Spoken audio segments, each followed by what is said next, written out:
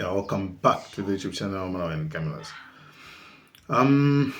Now tikambe za regime change makamaka ku anthu ena aku Iran, like akuluakulu aku Iran apanga post zithunzi za especially anthu amene achotsedwa ntchito ku dziko lija la America, especially ku department ya nkhondo makamaka zachitetezo ku army. Anthu ambiri achotsedwa ntchito, like kuchotsedwa ntchito completely, kuchotsedwa ntchito chief. I mean minaso maonaso nkhani yake sikuti anasankhidwa, okay, amapereka ma reasons ngati ayi amene analembedwa ndi Joe Biden makuti ayi nthawi yonse samachotsa bwanji, why akwachotsa nthawi inoyi, nthawi ya nkhondo. Okay, so ndikuwuzani chinsinsi chimene iwowa awachotsera, and sometimes chinsinsi chimene chichi, I mean the reason chifukwa chimene awachotsera ntchito even kufuna kuti nina pagulu saonena.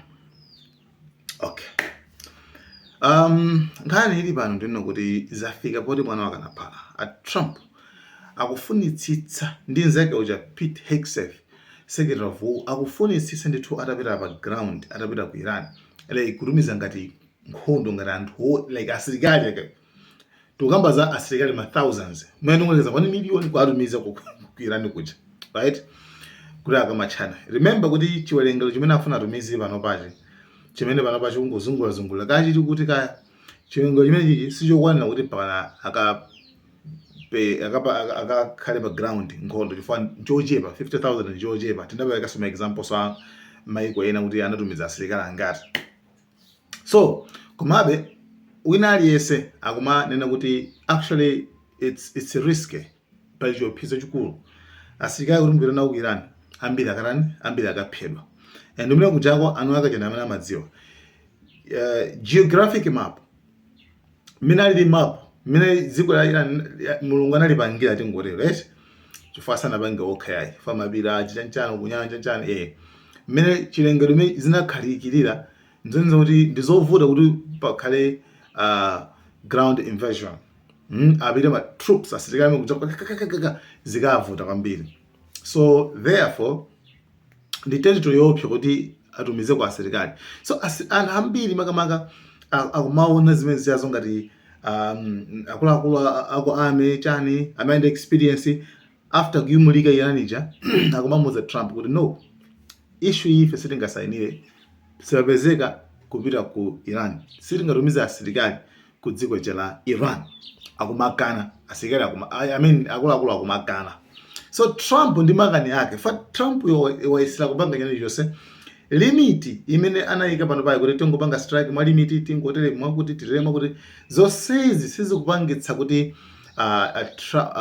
dziko la Iran ligive kapena lisalende kuzimene kuzofuna za ma Americans. So Trump option imene akuyonozera I think mwina, and moreover papa even ndege zimene amazidala za mwambazo ngati zamba kugwetsedwa, meaning kwena kuti that is the only main power ikulu kwambiri ndi imene jayo ngopanga strike mwamba tikumathawa kumapita fifi. So imene jayo ngati kuvuta. So what more yaba ground ndikuti ikavuta kwambiri, ngati imene jayo akuphophedwa mwamba mujamo pa ground pakavuta. So why ya mwamba ije kuvuta? Okay, akuzimapanga strike muli mosema komano mabeza ambiri a Iran ali pansi pano zoti even mabomba sangafike pansi penipeni.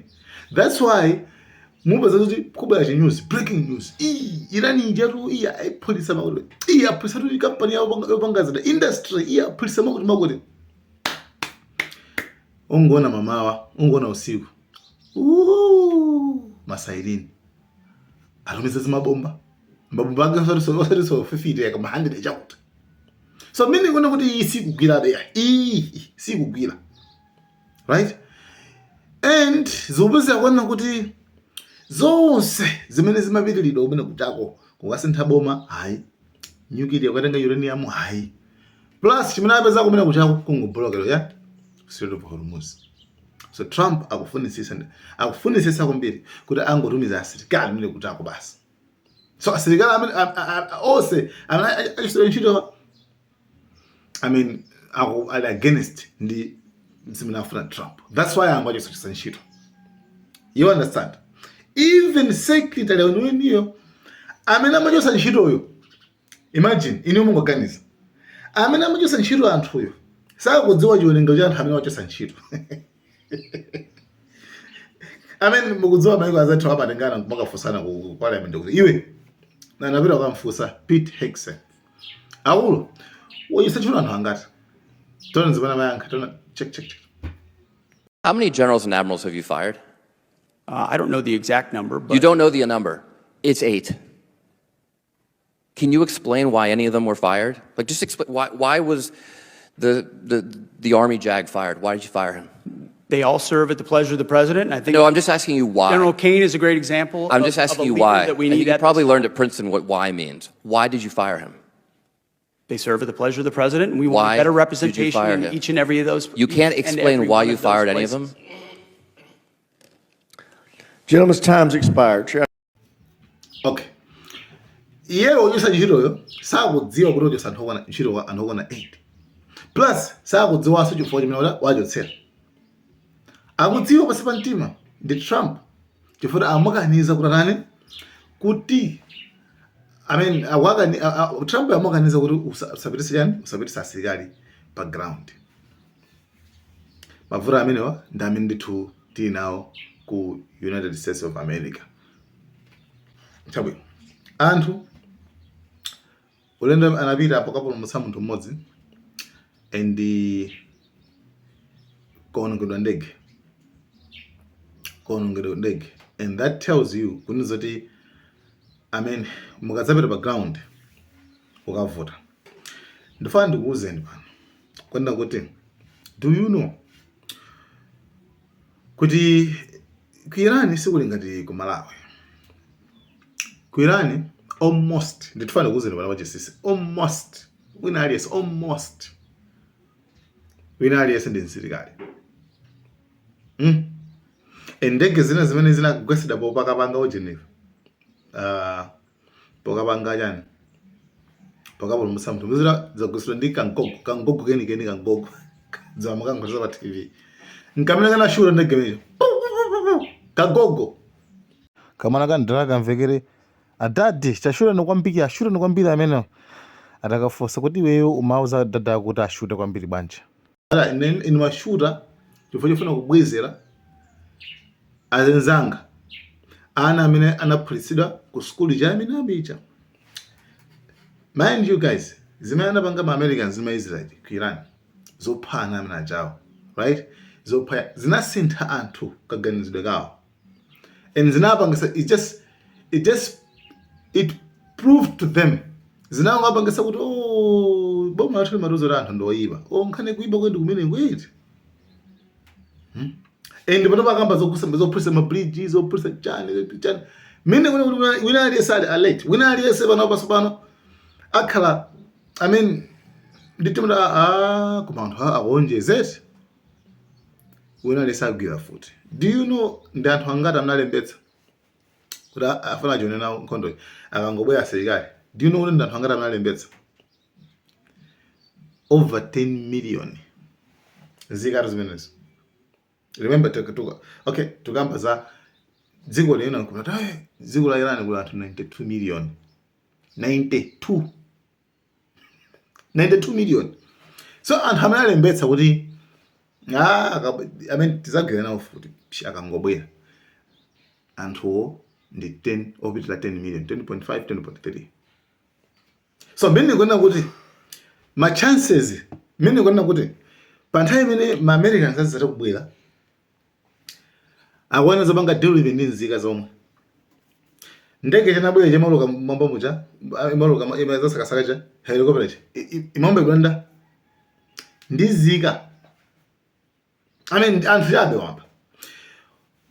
Malamulo aku Iran chimene chimachitika ndichi ena samadziwa kumene kuchako ukafika should be ukafika standard ukafika pa nthawi imene iweyo mu life yako umenena kuti upite ka 7 umenena kuti upite ku usilikali kuti ukaphunzira usilikali.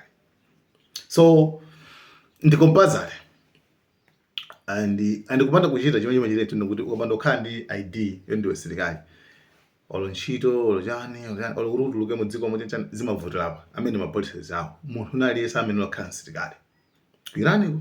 So anthu ambiri ku Iran ndi asilikali. So it's either like ukaseva amene kuja ukuphunzaphuza usilikali, it's either ukuzobikiliriza kama nabe ukuzokhala basenzeka cha mapaka zinthu zina koma iwe ulibe chani uli msilikali. Hey, zimene zamapanga ku Iran yambanga. So meaning kwenda kuti intelligence ya America imene kudziwa. Meaning kwenda kuti iwe kuti ulowe mene mujama ngati wewe msilikali.